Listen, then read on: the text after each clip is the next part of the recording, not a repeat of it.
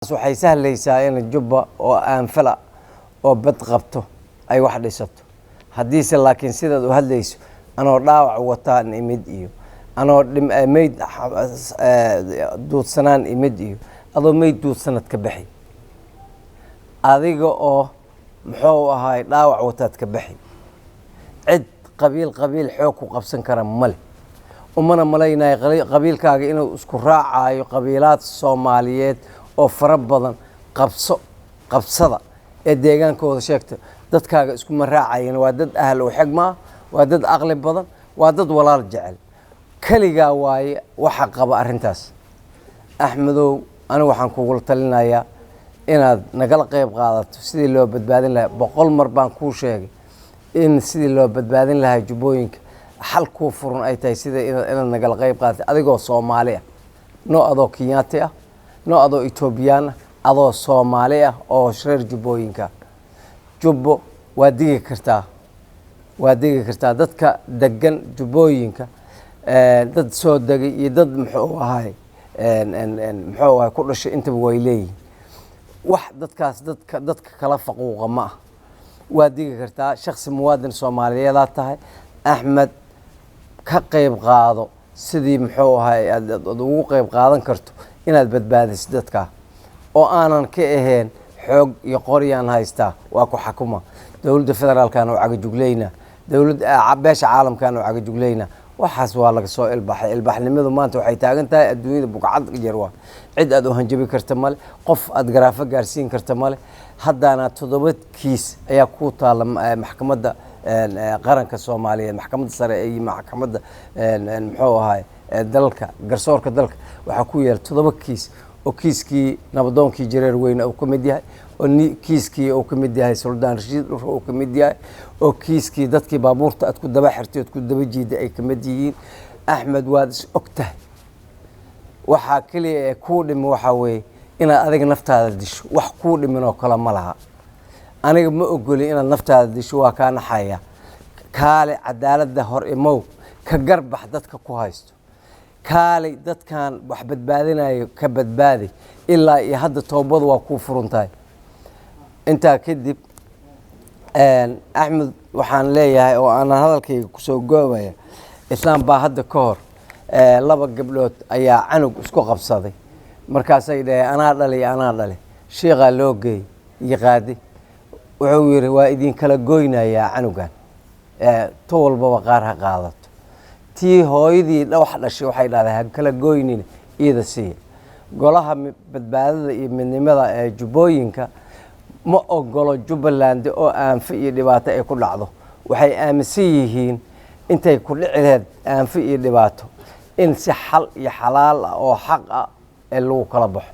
annagoo dhan taas aan taageersanahay dawladda federaalka ee taas ay taageersan tahay kalsooni badan aan ku qabnaa in iyadoo aanan aanfa ka dhicin dadkaas la badbaadin doono aniga wax badan aan ku sheegay waxaan ku iri hadaladayda ay kamid ahaayeen tiitiin ha abuurin dadka adiga aad ka soo jeeday iyo ummadda Soomaaliyeed ha isku dirin inta kadib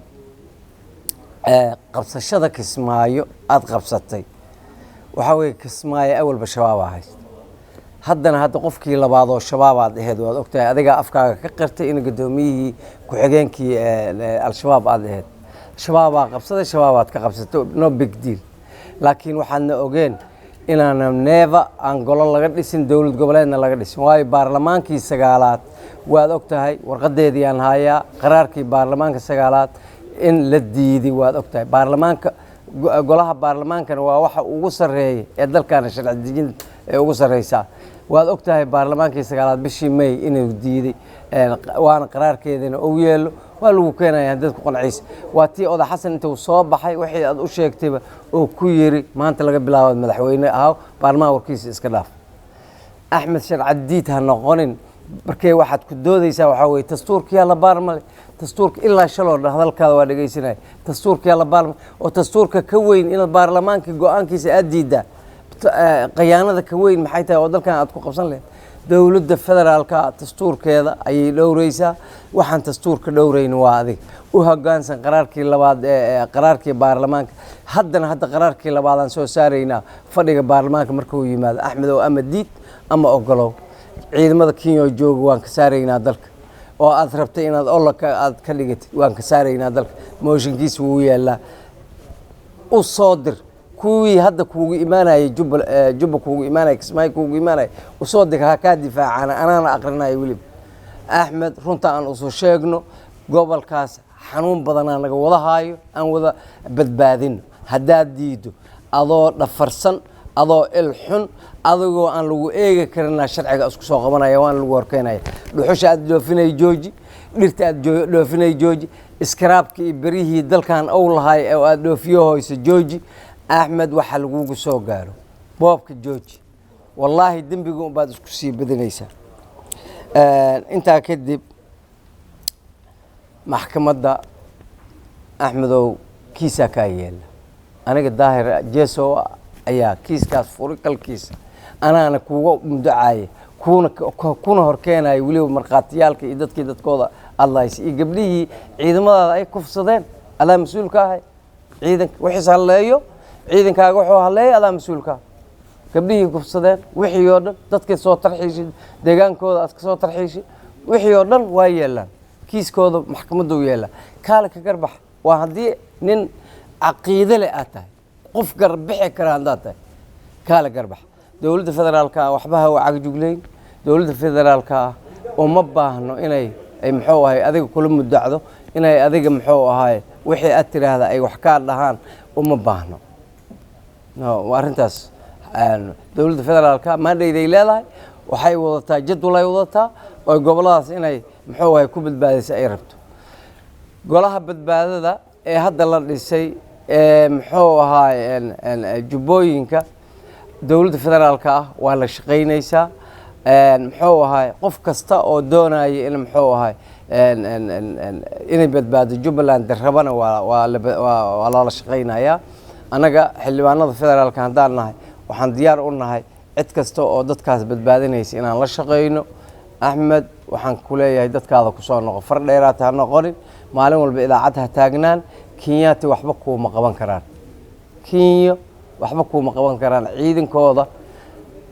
wadanka waa laga saarayaa baarlamaanka Soomaaliya inuu soo fadhiisto ciidankooda mooshinkii looga saar lahayd waa qorin hadday diidaan oo ay ku sii adkaystaan muxuu ahay diidmadooda mushaarka laga gooy ama Soomaaliyeedkeeda laga xayoobin dal xoog lagu haystay noqonayeen Soomaaliya iyaga waxay kala helaan ay muxuu ahay ay kala helayeen Soomaalina waa taqaan Allah ka dhashay Axmedow dagaal loogama adkaado dagaal Soomaaliya waa ku adkaataa loogama adkaado aad iyo aad baad u mahadsantihiin inta uu dhaafi maayo walaalkay saaxiibkay waxa aan leeyahay oo kaliya Soomaalida waxay tiraahdaa dibi doolal dad baa iska leh Axmed dad baa xigto waa gacantiisa ay leeyihiin ha qabtaano ha ku soo xiraano muxuu ahay ummadda Soomaaliyeed ha ku soo xiraano Soomaalinimadii uu ka tago hooya dalkii uu gacan geliyo hooya shisheeye Axmed gacantiisa cidii leh ha badbaadiso wassalaamu calaykum.